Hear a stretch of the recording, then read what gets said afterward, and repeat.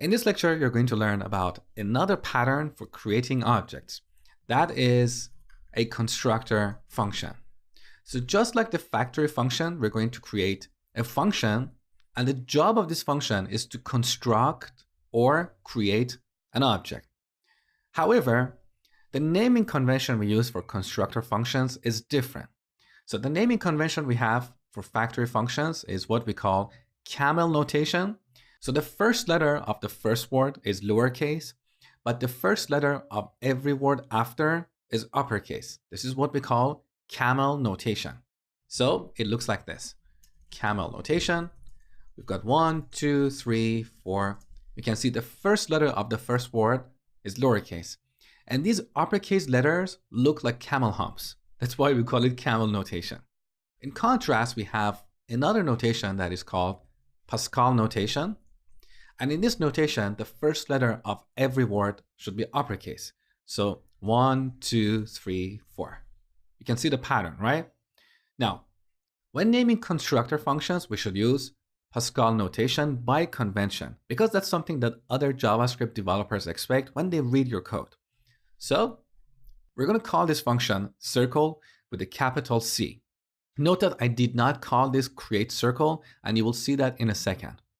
Now, just like our factory function, here we need to add a parameter, radius. However, instead of returning an object, we're going to use a different approach to initialize an object. In JavaScript, we have a keyword called this. And this is a reference to the object that is executing this piece of code. You're going to see that in a second. For now, just imagine this references an empty object. Now, you know that with dot notation, we can access properties of an object, we can read a property, or we can set a property. So on this new empty object, we want to add a property called radius, and we set that to this radius argument that we receive here. So in JavaScript, our objects are dynamic. Once we create them, we can always add additional properties or methods to them. So here we're adding a new property to an empty object. Now, similarly, we're going to use this approach to add a draw method to this new empty object. So this.draw, but we set this to a function. And in the body of this function, we simply do a console.log of draw. Now finally, in order to create a circle object using this constructor function, we're going to define a constant called circle.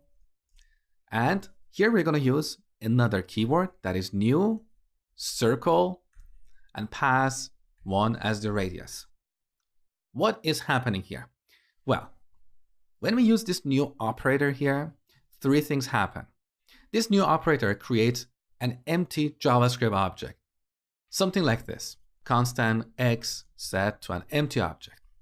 That is happening under the hood, but you don't see that. Next, it will set this to point to this new empty object. So in this code, we have access to this new empty object, and we set this radius property as well as the draw method in this new object.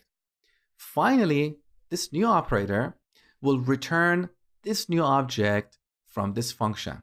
So it looks like this, return this. We don't have to explicitly add this statement here in this function. This will happen under the hood. So let me recap. When we use the new operator, 3 things happen. This operator first creates an empty object, then it will set this to point to this object, and finally it will return that object from this function. So what we get here is that new object, and we simply set circle to point to that object. Now let's see the difference between factory and constructor functions. So with factory functions, we create an object like this. Constant, my circle, here we call create circle, and pass an argument. So with factory functions, we simply call a function, and in this function, we return a new object. In contrast, with constructor functions, we use the new operator, and instead of returning an object, we use the this keyword. Also, in terms of naming convention, with constructor functions, we use the Pascal naming convention. But in factory functions, we use the camel notation. So you might be asking which approach or which pattern you should use to create new objects. Both these patterns are equally good for creating new objects. The constructor function pattern is familiar to developers who have some experience programming in languages like C# or Java. So with this pattern, you can see we're creating a new circle. Now, if you don't have any experience in languages like C# or Java, you might want to go for a factory function.